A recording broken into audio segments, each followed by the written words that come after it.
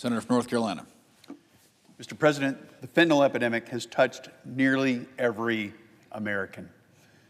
Whether it's a family member, a friend, a neighbor, or a coworker, we all know someone whose life has been affected by the tragic reality of this crisis. It's widespread, it's devastating, and it can't be ignored. For too long, this crisis has been fueled by the chaos at our southern border, and now it's happening at our northern border. Today, I rise to honor the American lives lost to our country's horrific fentanyl epidemic, and I call on our Canadian allies to shut down these operations before more devastation occurs. For many Americans, it started with a prescription. For others, it was a single accidental exposure. But for too many, it ended the same way, with a loss of life and eternal grief that comes from losing a loved one. Now, the harsh reality is that fentanyl is a leading cause of death for Americans aged 18 to 45. Not cancer, not car accidents, fentanyl. Last year alone, as my colleagues have shared with you, more than 70,000 Americans died from a fentanyl overdose, and unsurprisingly, the Biden administration failed to act. Instead, President Biden willingly chose to let the situation get worse. For years, our southern border has been a major entry point for illegal drugs to pour into our country. But under President Trump's leadership, illegal crossings at the southern border have now dropped 94%. That's real progress. Now, however, we're seeing a dangerous shift. Drug cartels have found a new route and a new loophole to continue trafficking drugs into our communities, and it's through the northern border with Canada. Just last year, Customs and Border Patrol seized enough fentanyl at the northern border to kill 9.5 million Americans. That's nothing short of alarming.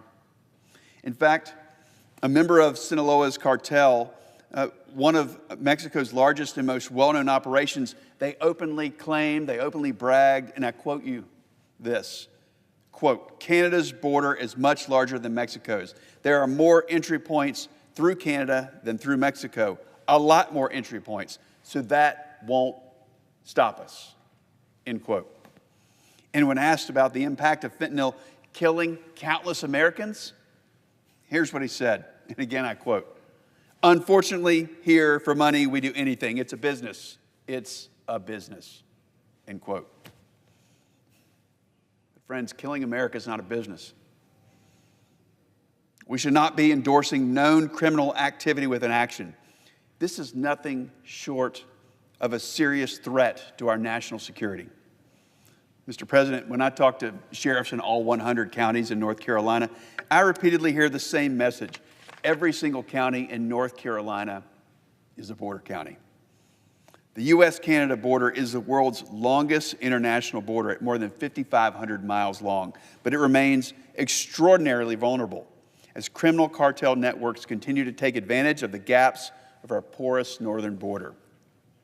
I think it's important to know that 87% of all terror watch list suspects that were encountered at land border ports last year, they came across our northern border. We have invested heavily in our southern border, and rightfully so, we've done that. And we should continue to do so at our southern border. But the northern border has been overlooked and under-resourced for way too long. Our law enforcement officers, they're doing everything that they can, but without enough resources, they're being set up to fail. And that's not fair to them. We're just watching history repeat itself, and if we don't act to provide our law enforcement officials with the proper tools and technology that they need to defend our northern border, we're going to allow this to get even worse. And what's even more disturbing is that Mexican cartels are now setting up fentanyl labs in Canada and expanding their role in the global drug trade. Now, as our ally, we need Canada to step up before more lives are lost, because the truth is that behind every statistic is a grieving family. And the American people deserve more than just empty words. They deserve real action. The fentanyl crisis will not only continue to strangle our country until we deal with the threat at our northern border, like the emergency that it truly is. I yield the floor.